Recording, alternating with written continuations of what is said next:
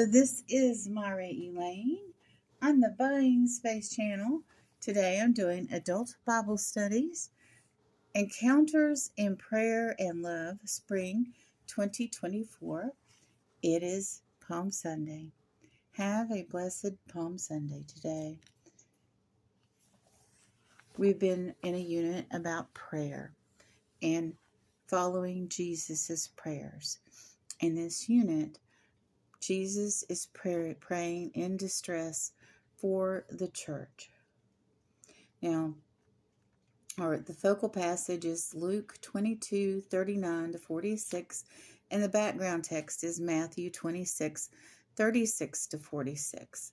So today I'm going to select from one of these readings over here to give a redundant lesson with all the United Methodist Sunday school teachers and preachers out there. So I am going to read Jeremiah chapter 4, 19-31.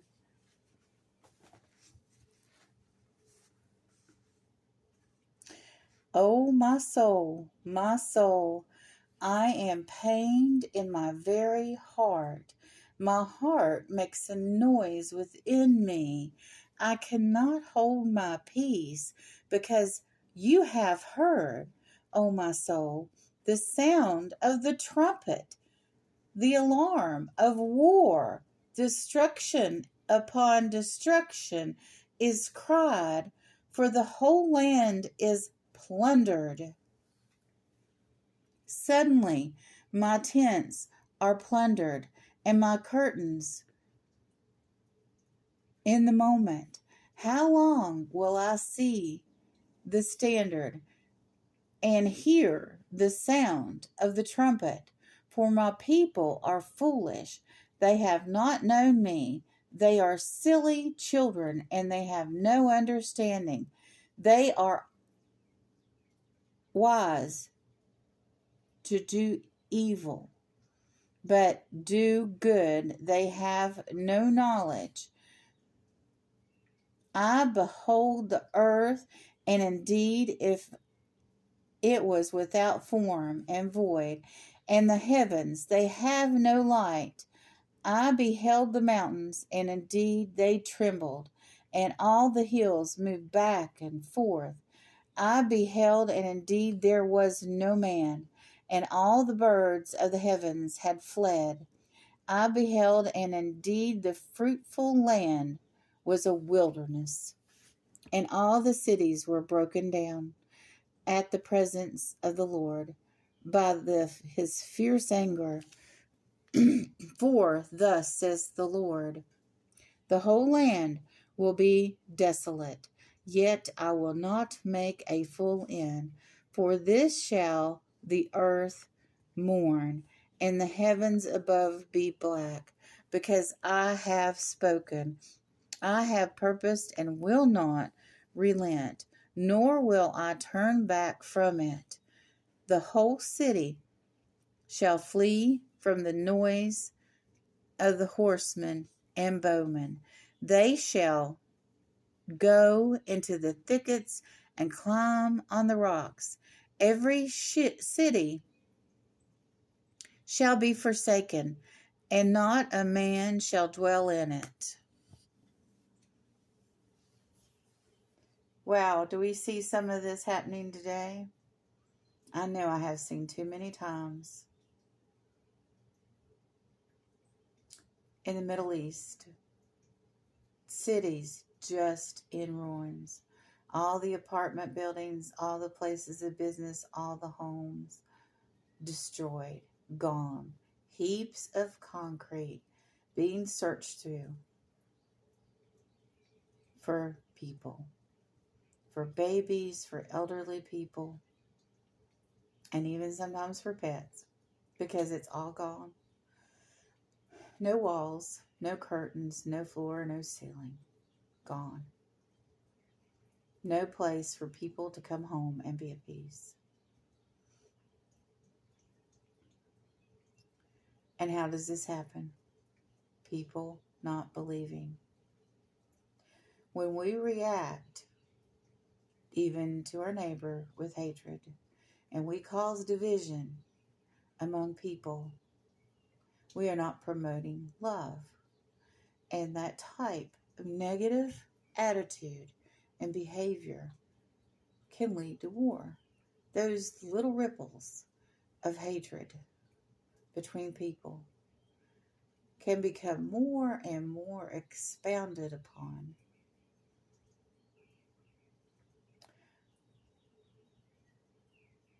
So if you follow God, you're a Christian, you follow God, or you're Jewish and you follow God, you should be reacting out of love. Of course, you have the right to defend yourself. So sometimes you have to go to war. But if your reaction had been out of love, the love of God from the beginning, how much of this could have been avoided? And you think, well, where do we start? How do we start over? Is there ever any redemption? For there to be, there has to be a huge amount of trust in God. And I say this also to the Muslims. When will this end? When will you lay down your arms and stop trying to destroy Israel?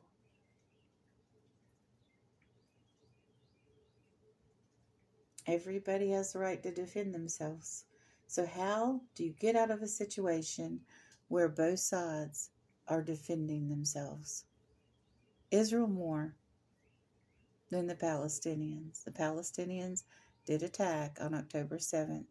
We can't not acknowledge the murder, mayhem, rape, and kidnappings that happened on October 7th.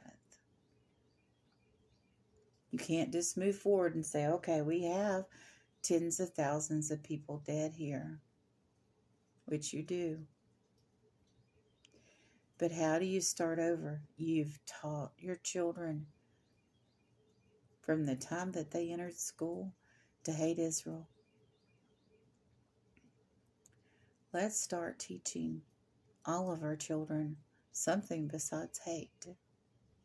Let's start there. Let's protect the children from those attitudes. Now, these children now have seen war. They've seen destructions. Many of them are orphans. How do you raise them so they don't hate the other side? How do you repair that adult man whose Jewish grandparents or great-grandparents had to leave the Gaza Strip? How is there enough love?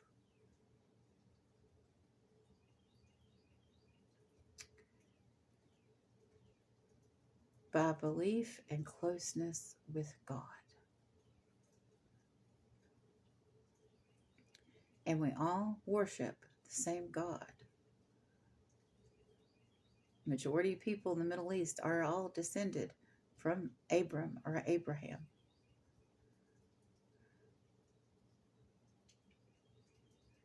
And those of us that are spiritual extensions of the Jewish people, how do we avoid being Islamophobic?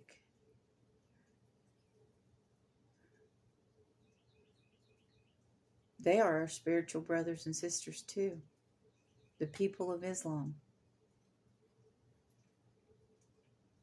And we have to stop hating them as well as the Jewish people. Now, there are political powers at play that use religious divisions. How do we change that? Because that's about money. And there are monetary reasons that Hamas had the supplies and resources that they did. And that came through Iran. So it's a complicated situation, but I think we need to start as individuals loving each other despite the differences. If your reason when you get up in the morning is to go kill a person of another country or another race just because they are what they are, that's wrong. There needs to be clear goals. There needs to be clear goals that lead to peace and not more war. And that's the best that I can ask for at this point, or anybody can ask for at this point. Let's stop spending our money on bombs. Let's start helping all the people. As a Christian, I'll always put Israel first. They have a right to survive. They're hated by the surrounding countries.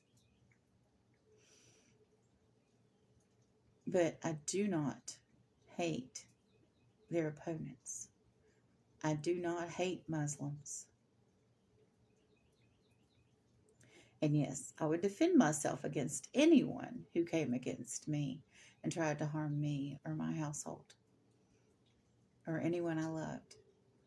But at the same time, I would try not to take an attitude or act in a way that would make them hate me anymore beyond the fact that I'm Christian. For anyone in the world, I will not stop worshiping God. I will not stop believing in Jesus Christ. But I can do that and have a kind and loving attitude to anyone that's not trying to destroy me. And then I would try to think about, why do they want to destroy me? What can we change?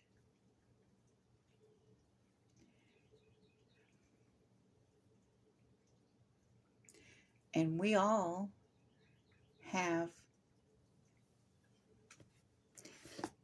a vehicle here to help that. Now, some of you out there that have secular thinking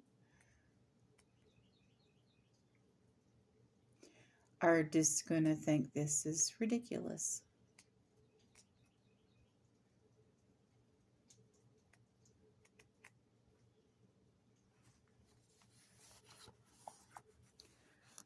Prayer. And I believe in the power of prayer.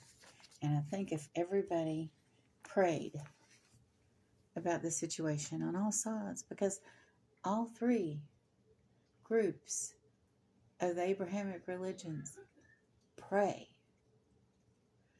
Let's all pray to God for peace. And that way, when we wake up in the morning, we might see a way to peace. And I'm talking about me over here in Florida, and I'm talking about the leaders involved. We all need to pray for peace, because if we don't focus on having peace and ways to peace and avenues to peace, there'll be no peace. If we wake up every morning and think about what city we're going to blow up, what group of people we're going to attack, then the war will continue.